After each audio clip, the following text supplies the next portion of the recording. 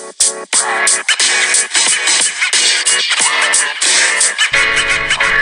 right, everybody, welcome back to the Strivecast, episode number 7. We are so excited to be here. I am your host, Olivia. And I'm Pete. I'm Jeff. And Anna. When we are here yet again to bring you the Strivecast, another podcast Tuesday. Hope you all are enjoying, today it's raining, but when you listen to this, I guess it might be different weather. So I hope you're enjoying the weather wherever you are. We are really excited today that our guest that Jeff and Noel will be interviewing is Bruce Coffin, a retired detective sergeant from the Portland Police Department and now current very famous author. So we have a big celebrity in-house. Couple housekeeping things. Coming up on December 7th is Strive's 19th anniversary celebration. Pete, you want to talk a little bit about that? Sure. So it's our 19th anniversary. We celebrate that at our Friday night Strive Night event, and we welcome back all of our alumni that may have aged out of the program, as well as pass on some awards to some of our really great volunteers. Our Volunteer of the Year, the Business and Community Organization of the Year, and some others that we pass out that night. So that's December 7th during Strive Night from 6 to 9, and all are welcome. Yeah, can't wait for that. And just some other quick news. We now have our podcast available actually wherever you get your podcasts. I know we've been saying that for a little while, but we learned that it was not available on Stitcher. So now for all you Samsung, right, users, yeah, yes. It is available for you as well. So please continue to share the Strivecast wherever you can on Facebook, Instagram, or anywhere you can think of. We're trying to spread the word a bit more. So yeah, anybody who does that, thank you very much. And when we come back, we will interview our guest, Bruce Coffin. All right, and we are back and so excited to have our guest, Bruce Coffin, in the studio. But first, Noel is going to give a quick bio about our guest. Yep, so Noel. Our guest today is Bruce Robert Coffin. Bruce is the bestseller author of the Detective Byron mystery series and former detective sergeant with more than 27 years in law enforcement at the time of his retirement from the Portland, Maine Public Police Department. He supervised homicide and the violent crime investigation for Maine's largest city following the terror attacks of September 11th. Bruce spent 4 years working counter terrorism with the FBI, earning the Director's Award, the highest honor a non-agent can receive. There are currently 3 books in the Detective Byron series.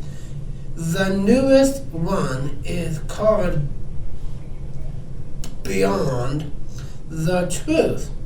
You can buy them all wherever you buy your books. You can also learn more about Bruce at brucerobertcoffin.com.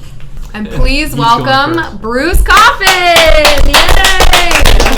Welcome, Bruce! Hi, Bruce. Thank you for having me. I think Jeff has the first question.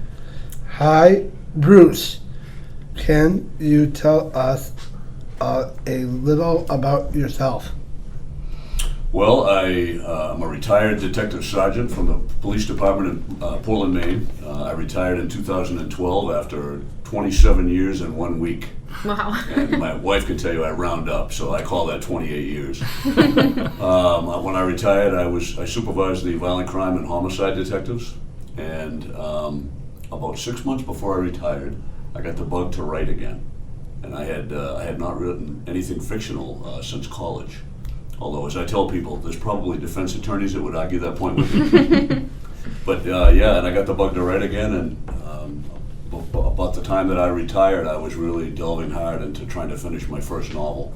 And it actually took me 2.5 years, a little longer than I imagined. And it wasn't ready for prime time, but it did teach me how to write. And since that time, I've actually written 3 novels that have been published. One short story, well, a bunch of short stories that have been published, but the very first one ended up in Best American Mystery Stories with Stephen King and Elmore Leonard and Megan Abbott.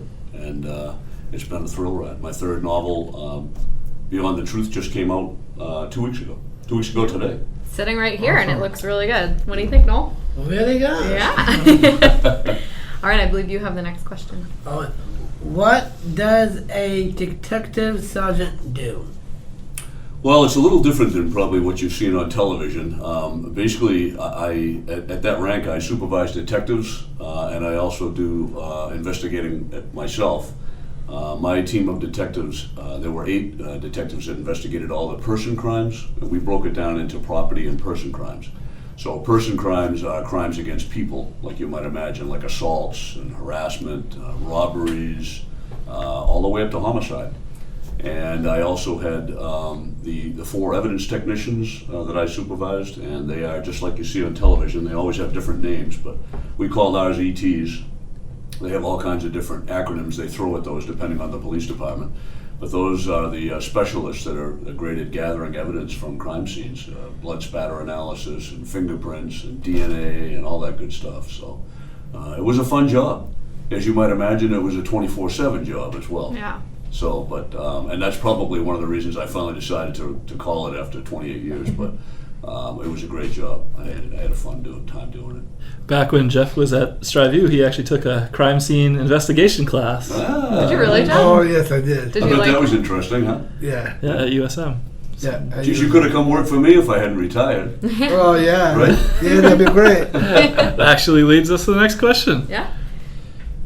What makes a good policeman or officer? Ooh, that's a tough one. Did you come up with that, Jeff? Thank you. You know, there's probably a million different answers to that question, but I think, you know, after almost 3 decades of doing this job, I think one thing that I have established that I believe is a common denominator amongst all good police officers or detectives is that you have to care. Empathy has to be number one. And, you know, it's funny because we all started thinking that we wanted to be the next, you know, John Wayne and carry a gun and drive fast and have a badge. But the reality is after about 3 months of doing that, you realize, even though you were already giving the answer that you wanted to be a police officer to help people, the truth was that's exactly why we wanted to be police officers. And you're spending your entire career helping those that can't help themselves and those that are powerless to help themselves or are being taken advantage of by people. And there's no greater feeling in the world, I think, than coming away from something where you've actually made somebody's lives better. Yeah. Absolutely. Yeah. Empathy is something you guys know a lot about, right, guys? You guys Yeah. have a lot of empathy, I think. Yeah. No? You guys help a lot of people right here. Absolutely. That's very similar. That's very similar to what a police officer does. You're up next, bud. Yep. This one? Yep. What do you think are some of the publisher problems that Portland has right now? Well, from my different viewpoint than I had about 6 years ago, I'm not sure the problems have changed. I think they're always shifting. You know, really one of the things I think the police department has specifically, and all the police departments around the nation, is that they sometimes get a bad rap. You know, every time there's a high-profile case or something that people in society question the police about the action they took, I think that reflects poorly on all law enforcement. The problem, I think, really is whether or not people are jumping to conclusions or rushing to judgment without all the facts. And I think that's the same not just in Portland, but I think that's everywhere. And it's always been a battle to try and establish and maintain public trust. That's just an ongoing thing. And I think it's a cyclic thing that changes every generation.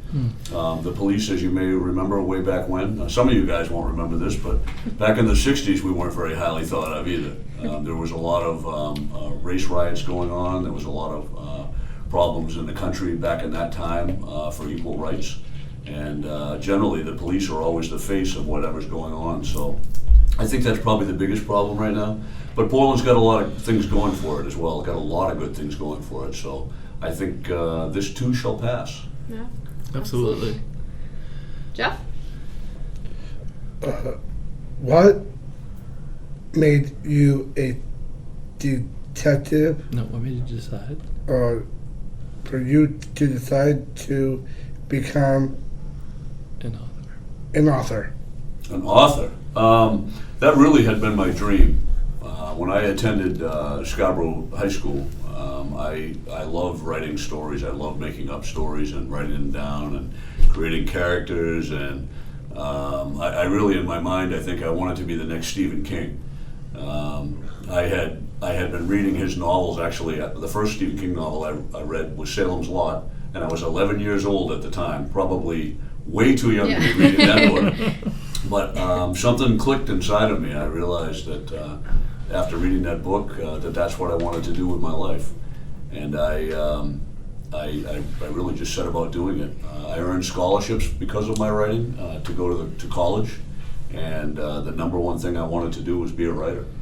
And I had a less than inspiring experience in my college writing class, and that really caused me to change direction and become a police officer. Yeah. The good news is that even though it took me almost 3 decades to get back on that course, in the interim I actually was forced to go out and have a life and experience a lot of things. I was very lucky to experience things that most people will never do or see. And as a result of that, I can now write the Detective Byron mysteries. Yeah. That leads us right into our next question. Can you tell us about Detective Byron? Byron. Yeah. Well, Detective Byron, John Byron, is a second-generation Portland police officer. He's a detective sergeant in charge of the homicide and violent crime detectives. It's weird how I come up with Weird, that. huh? So he has the very job that I retired from. John, when we first meet John in the first novel in the series, Among the Shadows, he's a 20-year veteran. He is at that point separated from his wife Kay of 20 years, and who he is still in love with, and he is battling alcoholism. And I've given him a lot of hurdles to overcome in this series, but I had a plan too, so that's working out nicely. But he's a good guy. He's a diligent investigator. He's good to his people, and he doesn't suffer fools well. When people ask him or try to get him to do things for the wrong reasons, John is well known for pushing back. And I think he's a character that a lot of people can relate to, not just in police work, but I think in life in general. He's a good guy, but he's got some demons for sure that he's carrying around with him. So Well, that always makes for a good book, doesn't it? Yeah. Jeff? What made you want to write about Portland? You know, it's funny, I wasn't really sure I initially wanted to do that. As a writer, really, you write whatever it is you want to write. But I know my editor actually, and I discussed that. I was worried that maybe I had set my stories in too small a pond. Michael Conley, for example, writes the Hieronymus Bosch series, and he sets that in L.A., and in LA there are more people than there are in the entire state of Maine. So we were worried about that. But for me, it really was a no-brainer once I started thinking about it. I had even toyed with the idea of making up a fictional town in Maine so that people wouldn't write me emails telling me I got the streets wrong or whatever. Crabapple Cove. Right, Yeah. exactly, right. But I figured, if I was going to do this, one of the things I wanted to do was write the area that the stories took place in as realistically as I wrote a character. I wanted Portland to become a character in the book. So not just a place that had happened, but actually part of the story. And I thought, well, I know Portland probably just as well as anybody and better than most because of my time there. I know all the glossy places that we all want to hang out and the new bars and the cool restaurants in the old port. But I also know the bad side of the city. I know all the little nooks and crannies where bad things have happened. And so I thought that's a real nice way to set a series where I could kind of show you the whole thing. And they sort of, the good and bad sort of juxtaposes itself and makes the story a more interesting read. So. Yeah, absolutely. No? Is there any chance these books could become a movie? From your lips to God's ears, my friend. That would be great. It's funny, that topic comes up a lot in the conferences that I attend, and people ask me that question or a similar question to that a lot. The reality is I have no control over that. I know some writers don't really like to see that happen. I think from a financial standpoint, they enjoy seeing it happen. But I think everybody's always afraid that the book, the movie won't be as good as the book, or the TV series won't be as good as the book. I think, if that were to happen, I have a lot worse problems I could have, right? Than somebody making a bad movie about my book. Down the road, I think, who knows? A lot of these books generally will end up selling the rights to be able to be made into movies, but there are only very few that actually get made into them. So. Fingers crossed, we'll see. I figure if it ever does happen, that'll be a great boom. People will really start finding the books that haven't already found them, which is not a bad thing. And if the movie or TV show is horrible, I can say, well, you should read the book because it's much better, right? There you go. Yeah. If they get made into a movie, guys, you want to be starring in the movie? Oh, yes. You want to be in the movies? I can be the bloodsucker murderer. Okay, no. Well, who would you be, Yikes. Jeff? I probably be the policeman. You'd be the Oh, police good, officer, good. All right, we got All two, right, there you we got go. two roles filled already. Yeah. That's great.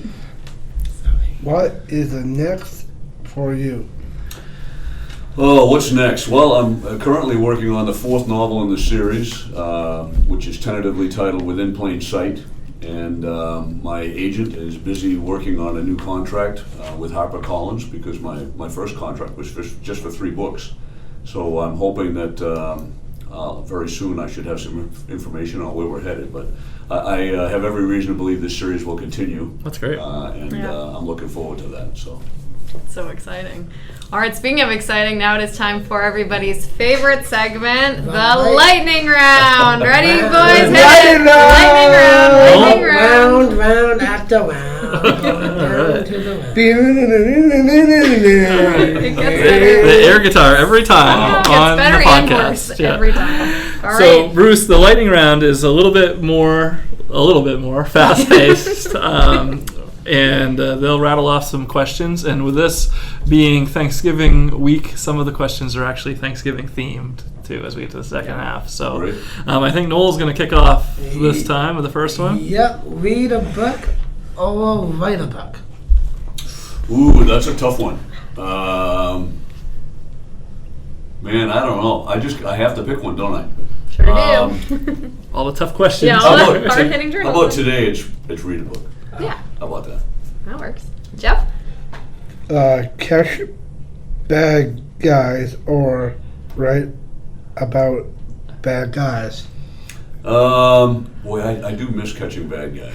Let's go with catching bad guys. Nice. Okay. Detective Coffin or Detective Brian? Byron. Probably Detective Byron. I think he's more interesting than I am. Yeah. No way. Police department or fire department? Oh, police department. Thought you might say that.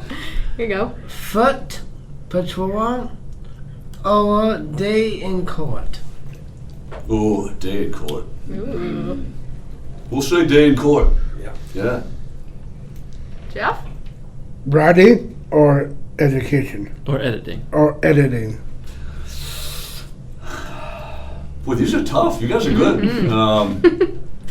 I'd say editing is easier, believe it or not. I enjoy the process of writing, but once it's all down on the paper, then I can actually start making it better. And believe it or not, that's actually easier to do. It's making it up in the first place that's the hardest part. So I got to go with editing. Nice. All right. Yep.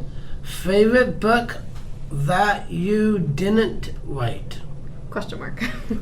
Ooh. Probably for me, just the first thing that popped into my head was A Walk in the Woods by Bill Bryson. Yeah. About hiking on the Appalachian Trail. Yeah, that's a great book. It really is. Jeffrey? A donut or coffee? Oh, coffee. Coffee. I had 3 before I got here. Awesome, Bruce. Stuffing or mashed potatoes? What was the first one? Stuffing. Oh, stuffing or mashed potatoes. I'm a mashed potatoes junkie. I gotta go with that. Continuing our Thanksgiving theme. Light meat or dark meat? Light. Yeah, no, gotta have that. Nap or football? Taking a nap or watching some football? You know, I can't nap. I'm not good at it. I've tried. So I gotta go with football. Yeah. Yeah. Go pitch. Maybe if the game was boring, I could have a nap. Right. Right? Thanksgiving or Thanksgiving float. Thanksgiving float or a root beer float? Ooh, root beer float. Yeah. We got time for a couple more off-the-cuff questions, gentlemen. You have any lightning round questions? This is when you need to buckle up, Bruce. Yeah. This is when we let him Alright. go Here off we script. go. Noel, you got one? I do have one, but it's a different novel.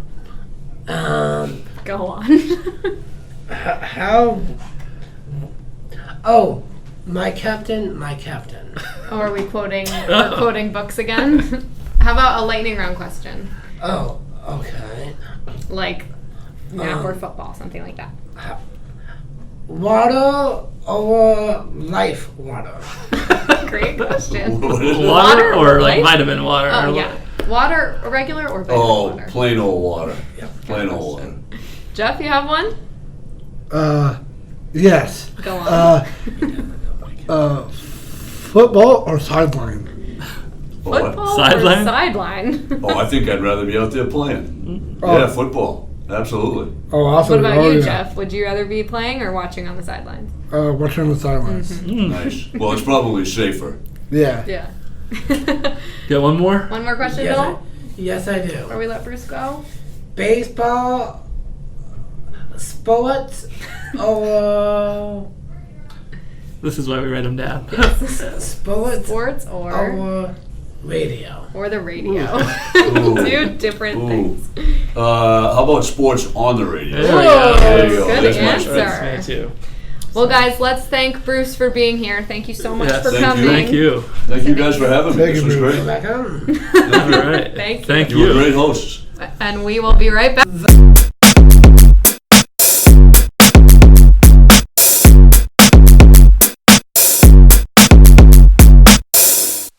The Strivecast is brought to you by the Portland Police Department, who named Strive as their charity of choice at their recent softball game. Thank you. The Strive Cast is brought to you by listeners like you. Thank you. Thank you. Thank you. Thank you. Thank you.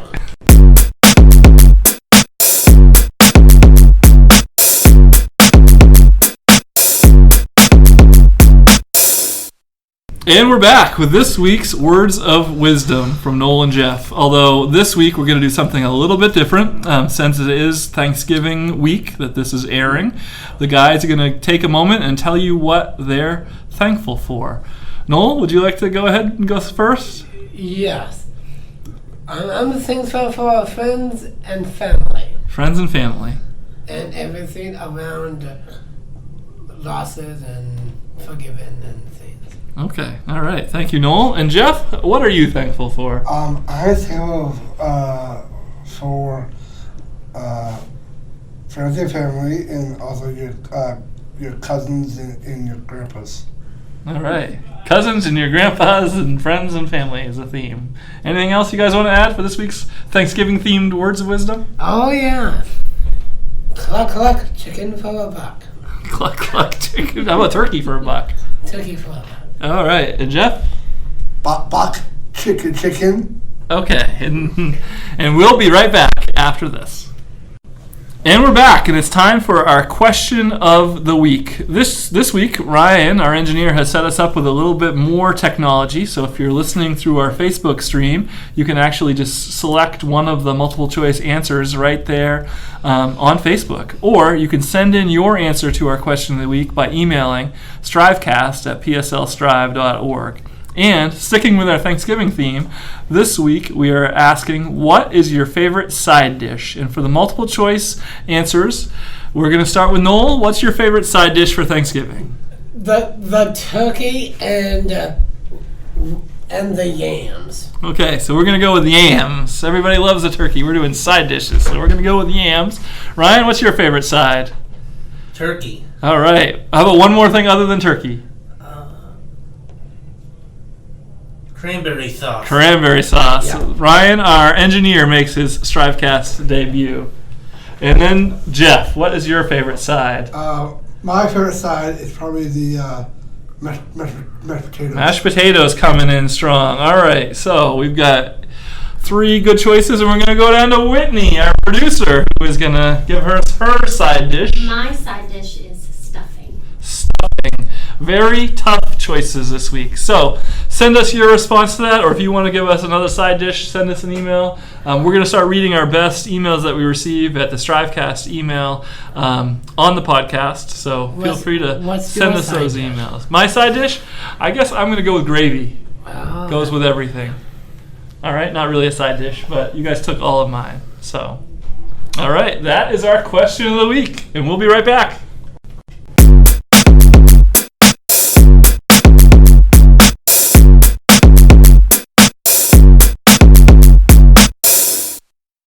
And we're back. We are back, and we are really excited to announce our upcoming guests that we're having on the Strivecast. Pete, who do we have next week? Next week we have the host of Maine Calling and long-time friend of Strive, Jennifer Rooks. Jennifer's worked with us on our auction every year we've had it, so 14 years and counting. So that's amazing. So we're really excited to have her in the studio to chat with Jeff and Noel. And then coming up the week after, we are going to be interviewing over the phone John Lee Cronin and his dad, Mark Cronin. And you might know him from the Facebook videos and online videos that went viral for his company, John's Crazy Socks. John is an entrepreneur who started his own sock business, and it generated a lot of buzz on the internet, and he's kind of a minor celebrity in our world, so we are really, really excited to have him on the Strivecast. Can't wait. Providing employment opportunities is a big part of what Strive does, and we're excited to talk to John and his dad and learn a little bit more about their company. Absolutely. All right, well, that is all the time we have for today. Thank you so much, as always, for tuning into the Strivecast. Pete, any last words? I just want to thank everybody for listening, and we're really trying to share the word about the Strivecast and get Noel and Jeff and their hard work that they're doing out there. I think we're interviewing some great guests. Bruce was great today. Absolutely. Got some great guests coming up, and we could use your help to spread the word. So you could go on to iTunes or Stitcher or wherever you listen to your podcasts and give us a review or a rating, or even just share it with your friends on social media. That would be much appreciated. Absolutely. So, anything to add, guys, before we wrap it up? Wrap it up. Wrap it up. Let's tear it up. Oh, we're tearing it up today, Pete. Did you know that? Yes, and we're also going to smash that share button, fam. All right. Smash it up. Okay, wow. Our producer Whitney is giving us a sign that that's all the time, more than the time we have. So thanks to Whitney for booking all of our guests, and our engineer Ryan for doing all the editing and all the work that he does behind the scenes to make it happen. So I think that's all the time we have for today. Thank you so much. Thanks for listening. All right, bye, everyone. Bye. Bye. Have a good night.